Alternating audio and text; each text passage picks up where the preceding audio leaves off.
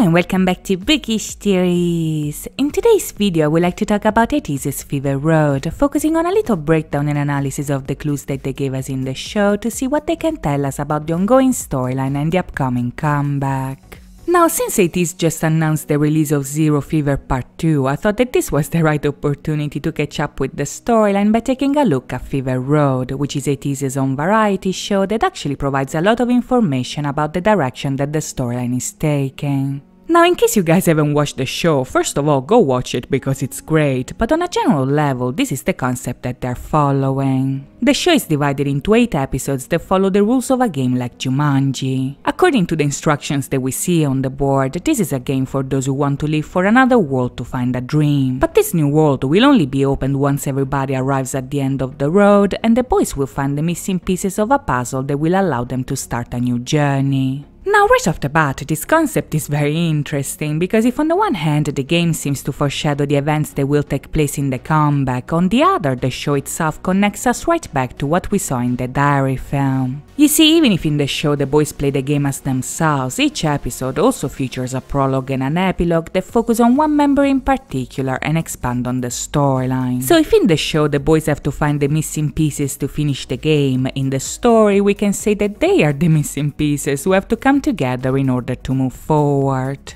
Bear in mind, back in the diary film, the narration told us that the universe is divided into many dimensions, but in our storyline these dimensions are split into 8 pieces which symbolize the 8 members getting separated from each other. As we saw in the film, the boys shared a dream that made them very happy, but when they got separated, the boys lost this dream as well as the friendship that kept them together. And even if by the end we also saw that the group was able to reunite, the film never actually told us how. Now, this is where Fever Road comes into play, because if the prologues remind us of their separation by showing us the members in front of a cracked mirror, the epilogues actually give us an insight on what led each of them to come back. In episode 1, for instance, we start off with Hongjun's time. Now, back in the film, we saw that Hongjun was characterized by his desire to bring the group back together after losing everything he had except for himself. And right off the bat, this sets him a bit apart from the others, because in comparison to his friends, Hongjun never actually left. He never gave up on his dreams and he never abandoned their secret hideout, so his epilogue doesn't focus so much on him coming back, but rather on him successfully reuniting the group.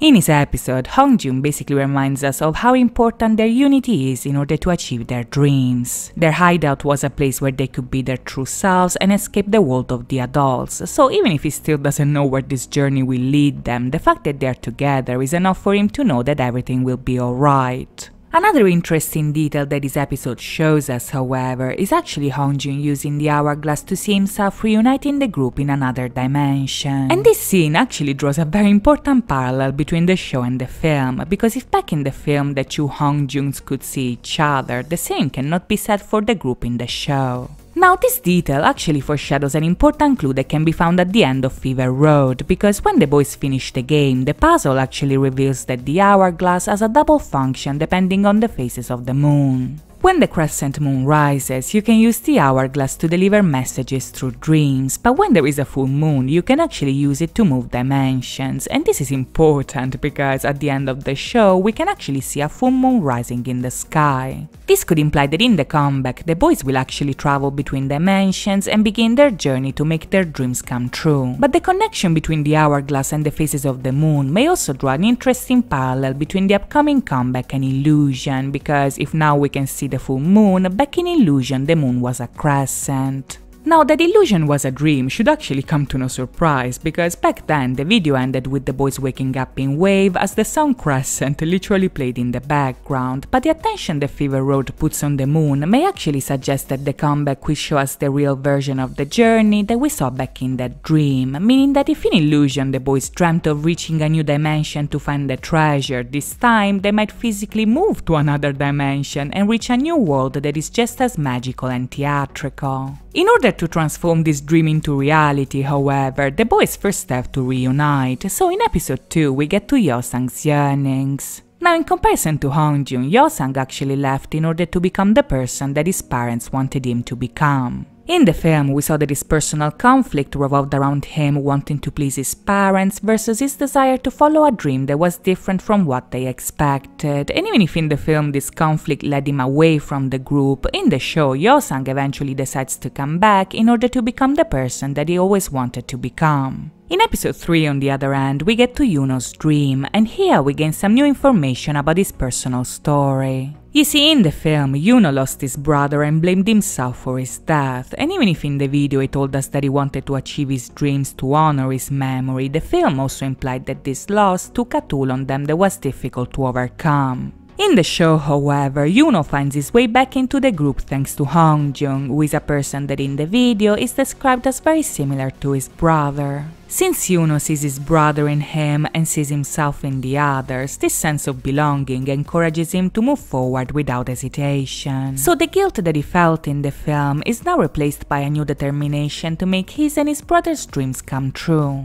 Now when we get to episode 4, the show shows us Songhwa's Liberty, which is an epilogue that further expands of Songhwa's individual journey towards freedom. Back in the film, we saw that Songhwa was trapped in a routine that he hated because of a sense of insecurity that kept him from achieving his dreams, and even if in the video we saw him taking the first step towards freedom, the show explores this concept by confirming his intention of escaping the world that traps him. Like we saw back in Thanks, Songhwa has to confront a system that wants to shape young people into adults without ambitions, but music and friendship allow him to free himself from this destiny and follow the road that he was always meant to take. In episode 5, on the other hand, we explore Jungkook's despair. Now in the film, Jungkook's problem was possibly one of the most difficult ones to overcome, because in the video he lost everything that he loved all at once. His injury made him lose both of his dreams, and a fight with Mingi made him lose the friendship that he shared with the others, but in the show, Jungkook finds his way back thanks to Yuno. Even if we don't know what Yuno told him, his words give him the strength that he needs to get back on his feet and make peace with Mingi, and this is exactly what we see happening in episode 6.